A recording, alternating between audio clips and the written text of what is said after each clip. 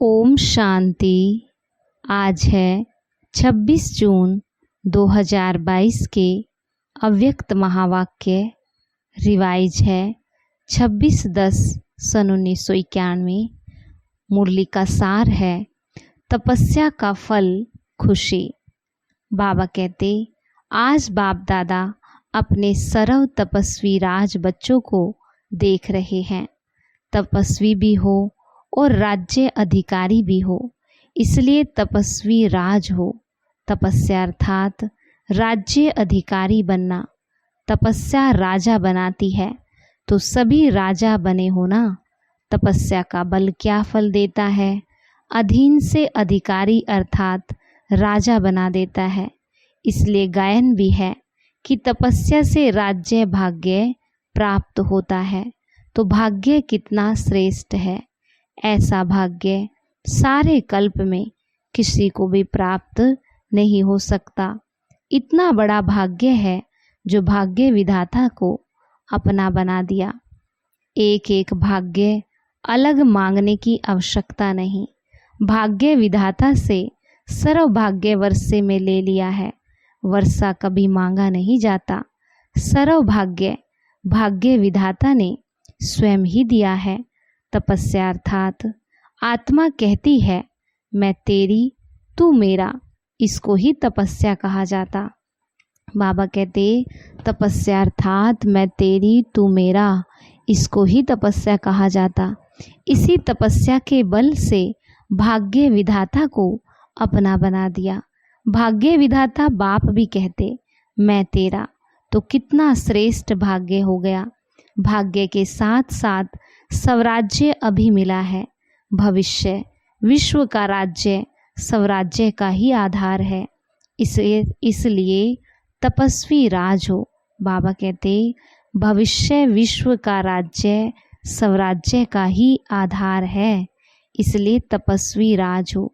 बाप दादा को भी अपने हर एक राज्य अधिकारी बच्चे को देख हर्ष होता है।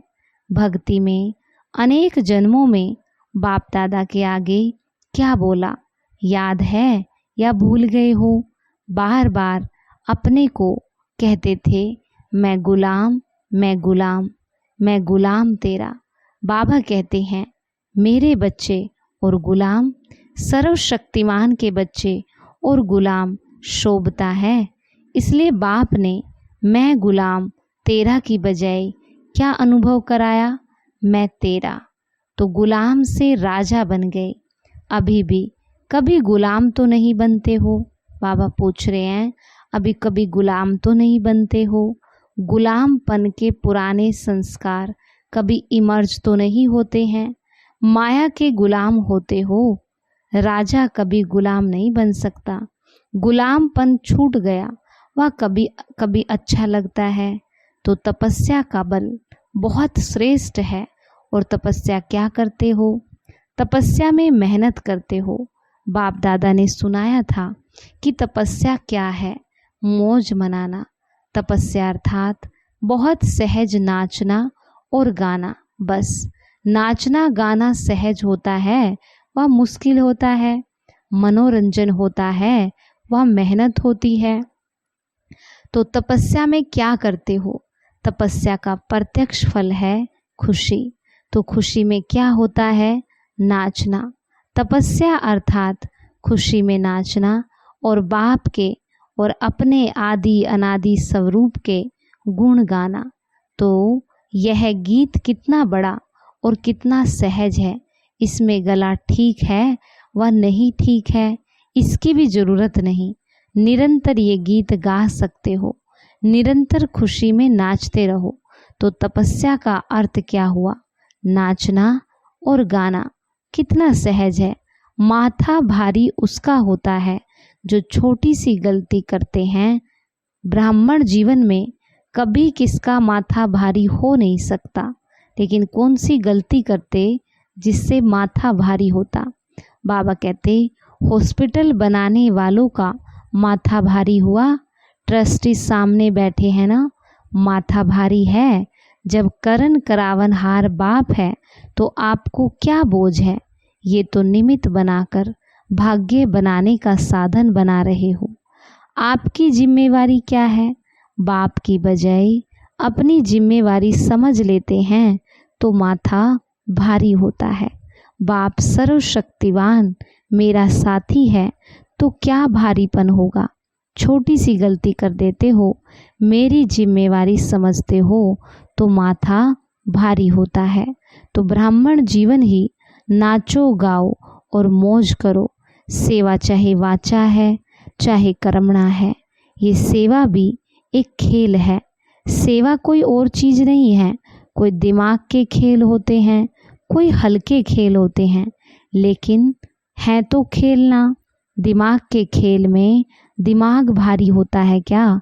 तो यह सब खेल करते हो तो चाहे कितना भी बड़ा सोचने का काम हो, अटेंशन देने का काम हो, लेकिन मास्टर सर्वशक्तिवान आत्मा के लिए सब खेल है। ऐसे है वह थोड़ा थोड़ा करते थक जाते हो, मेजॉरिटी अथक बनते हो, लेकिन कभी कभी थोड़ा थक जाते हो। यही योग का प्रयोग सर्व खजानों को, चाहे समय, चाहे संकल्प, चाहे ज्ञान का खजाना, वस्तूल तन भी अगर योग के प्रयोग की रीति से प्रयोग करो तो हर खजाना बढ़ता रहेगा। इस तपस्या वर्ष में योग का प्रयोग किया है ना? क्या प्रयोग किया है? इस एक एक खजाने का प्रयोग करो। बाबा कहते कैसे प्रयोग करो? कोई भी खजाने को कम खर्चा और प्राप्ति अधिक, मेहनत कम, सफलता ज़्यादा, इस विधि से प्रयोग करो। जैसे समय को व संकल्प को उठाओ, यह श्रेष्ठ खजाने हैं। तो संकल्प का खर्च कम हो लेकिन प्राप्ति ज़्यादा हो। जो साधारण व्यक्ति 2-4 मिनट संकल्प चलाने के बाद, सोचने के बाद सफलता या प्राप्ति कर सकता है, वह आप 1-2 सेकंड में कर सकते हो।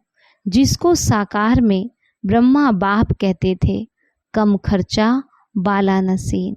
कम खर्च करो लेकिन प्राप्ति 100 गुना हो। इससे क्या होगा?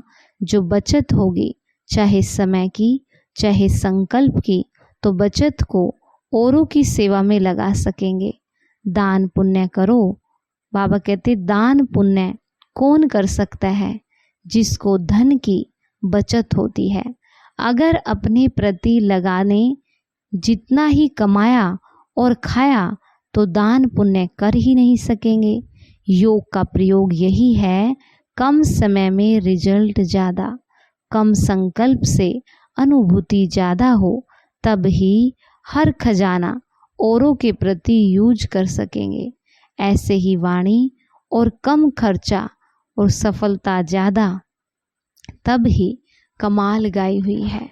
बाबा कहते बाप दादा ने कमाल क्या की, कितने थोड़े समय में क्या से क्या बना दिया। तब तो कहते हो कमाल कर दी। एक का पदम गुणा प्राप्ति का अनुभव करते हो, तब कहते हो कमाल कर दिया। जैसे बाप दादा का खजाना प्राप्ति और अनुभूति ज़्यादा कराता, ऐसे आप सब भी योग का प्रयोग करो। सिर्फ यह गीत नहीं है कि बाबा आपने कमाल कर दिया, आप भी तो कमाल करने वाले हो, करते भी हो, लेकिन तपस्या के चलते हुए समय में मेजॉरिटी की रिजल्ट क्या देखी।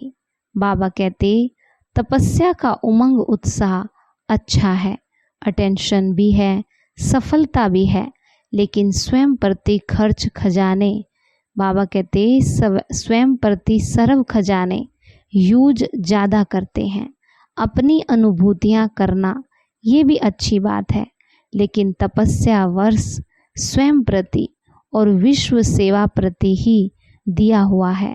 तपस्या के वाइब्रेशंस विश्व में और तीव्र गति से फैलाओ। जो सुनाया कि योग के प्रयोग को और अनुभव की प्रयोगशाला में प्रयोग की गति को बढ़ाओ। वर्तमान समय सर्व आत्माओं को आवश्यकता है आपके शक्तिशाली वाइब्रेशन द्वारा, वायुमंडल द्वारा परिवर्तन होने की। इसलिए प्रयोग को और बढ़ाओ। सहयोगी बच्चे भी बहुत हैं। यह सहयोग ही योग में बदल जाएगा। एक है स्नेही सहयोगी और दूसरे हैं सहयोगी। सहयोगी योगी और तीसरे हैं निरंतर योगी परयोगी। अभी अपने से पूछो मैं कौन हूँ। लेकिन बाप दादा को तीनों ही प्रकार के बच्चे प्रिय हैं। कई बच्चों के वाइब्रेशंस बाप दादा के पास पहुँचे हैं। भिन्न भिन्न प्रकार के वाइब्रेशंस हैं। जानते हो कौन सी बात बाप के पास पहुँची? इशारे से समझने वाले हो ना। इस तपस्या वर्ष में जो कुछ हो रहा है इसका कारण क्या है? बड़े बड़े प्रोजेक्ट कर रहे हो, इसका कारण क्या है? कोई समझते हैं यही तपस्या का फल है, कोई समझते हैं तपस्या वर्ष में यह क्यों। दोनों वाइब्रेशंस आते हैं, लेकिन यह समय की तीव्र गति और तपस्या के वाइब्रेशन से आवश्यकता का पूर्ण होना, ये तपस्या के बल का फल है। फल तो खाना पड़ेगा ना। ये ड्रामा दिखाता है कि तपस्या सर्व आवश्यकताओं को समय पर सहज पूर्ण कर सकती है। समझा? क्वेश्चन नहीं उठ सकता कि यह क्यों हो रहे हैं। तपस्या अर्थात सफलता सहज अनुभूति हो। आगे चलकर असंभव कैसे सहज संभव होता, ये अनुभव ज़्यादा से ज़्यादा करते रहेंगे। विघ्नों का आना ये भी ड्रामा में आदि से अंत तक नूंद है। ये विघ्न भी असंभव से संभव की अनुभूति कराते हैं और आप सभी तो अनुभवी हो ही गए हैं, इसलिए विघ्न भी खेल लगता है। जैसे फुटबॉल का खेल करते हो तो क्या करते हो? बाल आता है तभी तो ठोकर लगाते हो। बाबा कहते बॉल पैरों में आएगा तो ठोकर लगाते हो ना। अगर बॉल ही ना आए तो ठोकर कैसे लगाएंगे? खेल कैसे होगा? ये भी फुटबॉल का खेल है। खेल खेलने में मज़ा आता है ना। या मूंझते हो, कोशिश करते हो ना कि बॉल मेरे पाँव में आए तो मैं लगाऊं। यह खेल तो होता ही रहेगा, नथिंग न्यू। ड्रामा खेल भी दिखाता है और संपन्न सफलता भी दिखाता है। यही ब्राह्मण कुल की रीति रस्म है।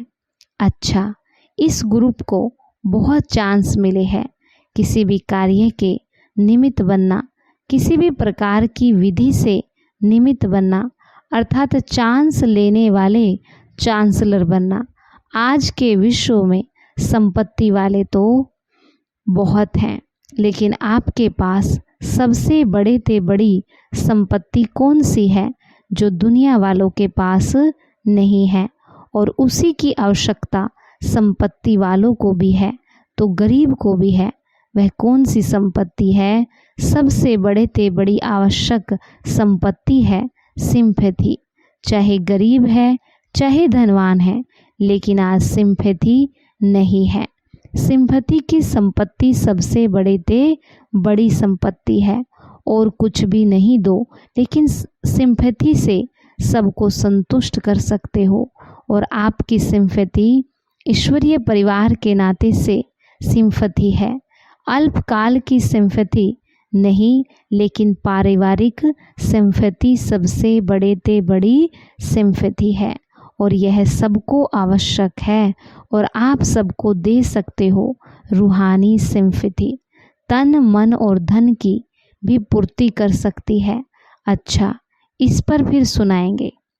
आगे बाबा कहते, चारों ओर के तपस्वी राज श्रेष्ठ आत्माएं सदा योग के प्रयोग द्वारा कम खर्च सफलता श्रेष्ठ अनुभव करने वाले, सदा मैं तेरा तू मेरा इस तपस्या में मगन रहने वाले, सदा हर समय तपस्या के द्वारा खुशी में नाचने और बाप और अपने गुण गाने वाले, ऐसे देश विदेश के सर्व स्मृति स्वरूप बच्चों को बाप दादा का याद प्यार और नमस्ते।